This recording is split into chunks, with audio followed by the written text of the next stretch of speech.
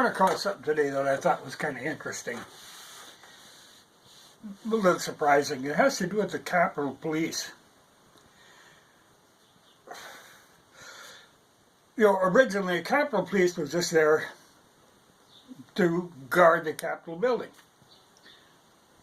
Originally there was 4 of them when this whole force started.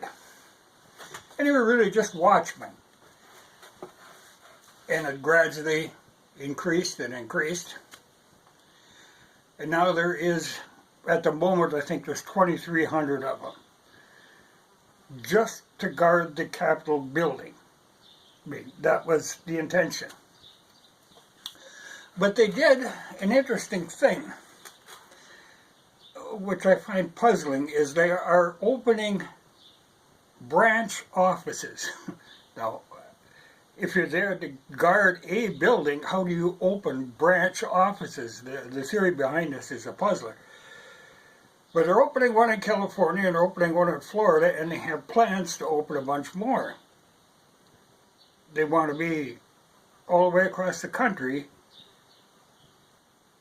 branch offices of the Capitol Police. You know, it seems odd. I mean, we have quite a few little agencies already. I didn't really think that we needed another one. But that's what they're doing. And in one of these bills they're trying to slide through, you know, the budget for this Capitol Police Force is millions of dollars. But they're running out of money. Well, yeah, when you got a massive expansion going on, you tend to run out of money. So they're trying to slide this in, a bill, to greatly increase their funding so they can do this great expansion. Now, like I said, they've got a lot of agencies already involved, but they don't really trust them. Like I say, you know, FBI and CIA, they play their own game, kind of. You know, they really aren't to be relied on. And these politicians, when they had the National Guard there, were a little nervous because National Guard could be anybody.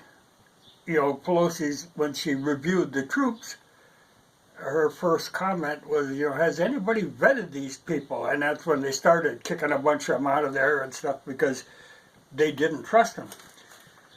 So what she's really looking for is to get her own little army of carefully vetted people that she has control over, that answer to her. Which I think is kind of an interesting thing. You know, it's crazy. I mean, this was never envisioned in the beginning, you know. And they're fighting it. The Republicans are fighting it. But, you know, it's one of them things where the Democrats try to sneak this in on some other bill that they want to get passed, you know, or that everybody wants to get passed. Slide in this thing to greatly expand the Capitol Police.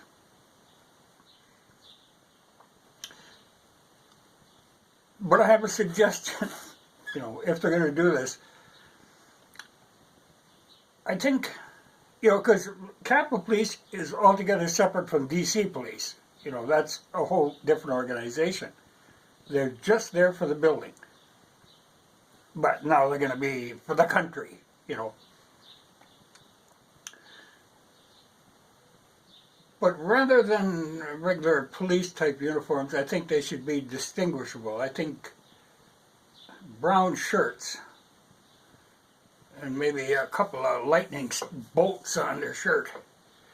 I think that'd be the way to go, so you can tell who you're dealing with. But it's interesting. But they're slippery.